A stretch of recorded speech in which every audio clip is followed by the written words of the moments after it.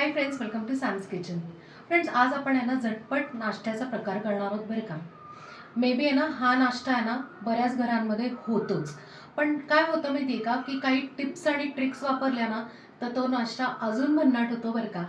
Yes, आज आपण करत आहोत ब्रेडचा उपमा किंवा चिवडा. काही ठिकाणी आहे ना ब्रेडचा भुगा सुद्धा म्हणला जातो बरं का. 3, 2, 1. ब्रेडचा उपमा किंवा चिवडा करण्यासाठी आपल्याला इकडे स्लाइस ब्रेड लागणार आहे. कुठलाही तुम्ही घेऊ शकता, इधर ब्राऊन किंवा मग व्हाईट. तर इकडे मी ना जवळजवळ 8 ते 9 स्लाइस घेतलेत. आपण आता ते बारीक कट करून घेऊया. हे ना आपण असे बारीक आहे ना चौकोनी आपण तुकडे करून घेणार आहोत. हे अशा पद्धतीने असं आपण आहे ना बारीक चौकोनी तुकडे आपण करून घेणार आहे. तर बाकीच्या स्लाइसचे पण आहे ना असेच आपण तुकडे करून घेऊया. ब्रेडचे सगळे स्लाइस आहेत ना आपण कट करून असे बारीक तुकडे करून घेतलेले आहेत. उपम्यासाठी आपल्याला कांदे लागणार आहेत. तर शक्यतो मध्यम आकाराचे घ्यायचे 2. कांदा छान ना बारीक चिरून घ्यायचा. जेवढा जास्त कांदा असेल ना तेवढा आहे ना ब्रेडचा चिवडा किंवा उपमा जो आहे तो असा छान आहे ना कोरडा पडत नाही, थोडासा ओलसर राहतो. दोन्ही कांदे आपण चिरून घेतलेले. आता आपण उपमा करायला घेऊया. ब्रेड उपमा करण्यासाठी एक मोठी कढई घेतली आहे. त्यातनं आपण एक मोठा डाव तेल घातलेलं आहे. त्यात आता पहिले आहे ना आपण शेंगदाणे घालणार आहोत. शेंगदाणे ना छान असे गुलाबी तळून घेऊया. शेंगदाणे गुलाबी झाले की त्यातनं अर्धा चमचा मोहरी, कढीपत्ता, हिंग, हळद, बारीक चिरलेला कांदा.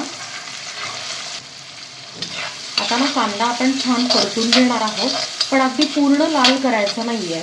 अगदी 50 ते 60% ठेवायचा, म्हणजे ट्रान्सपरंट होईपर्यंत. ह्याचं कारण का माहिती आहे का, एक तर ब्रेड आहे ना कोरडा असतो.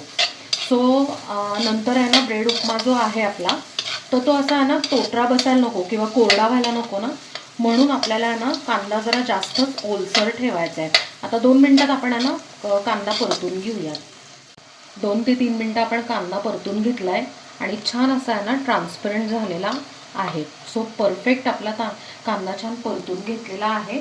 आता त्यात ना आपण एक 2 चमचे टोमॅटो केचप आपण घालून घेणार आहोत. ह्यानी काय होतं माहिती का की एक तर चव तर भन्नाट लागतेच आणि दुसरी गोष्ट म्हणजे ना थोडंसं ओलसरही राहतो. यात आता चवीप्रमाणे मीठ, 2 ते 2.5 चमचे लाल मिरची पावडर. आता आधी हे ना सगळं मिक्स करून घेऊया. मिक्स करून झालं की आपण ना जे ब्रेडचे तुकडे केले होते ते घालून घेऊया. आता ना ब्रेडचे तुकडे टाकले की आपण ना ह्याच्यावर थोडीशी साखर घालणार आहोत. साखरेने काय होतं की ना चव छान बॅलन्स होते. आता सगळं आपण मिक्स करून घेऊया.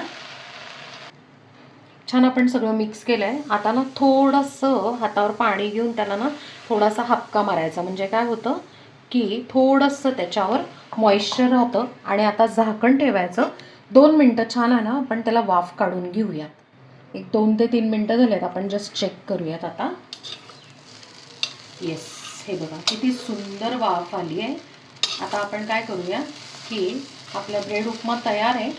गॅस बंद करून आपण याला गरमागरम सर्व करूया.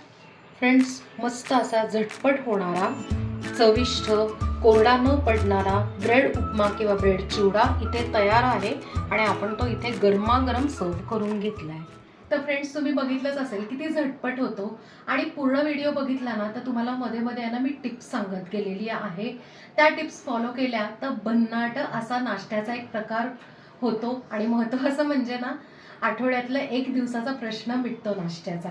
आता फ्रेंड्स, हे तुम्ही ना मुलांच्या टिफिनमध्ये सुद्धा देऊ शकता बरं का, कारण तो शेवटपर्यंत अगदी छान मऊसरच राहतो.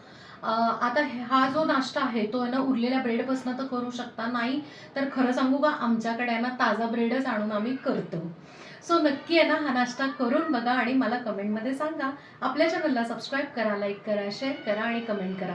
आणि बेल आयकन नक्की प्रेस करा नवीन व्हिडिओजच्या नोटिफिकेशनसाठी. थँक्यू.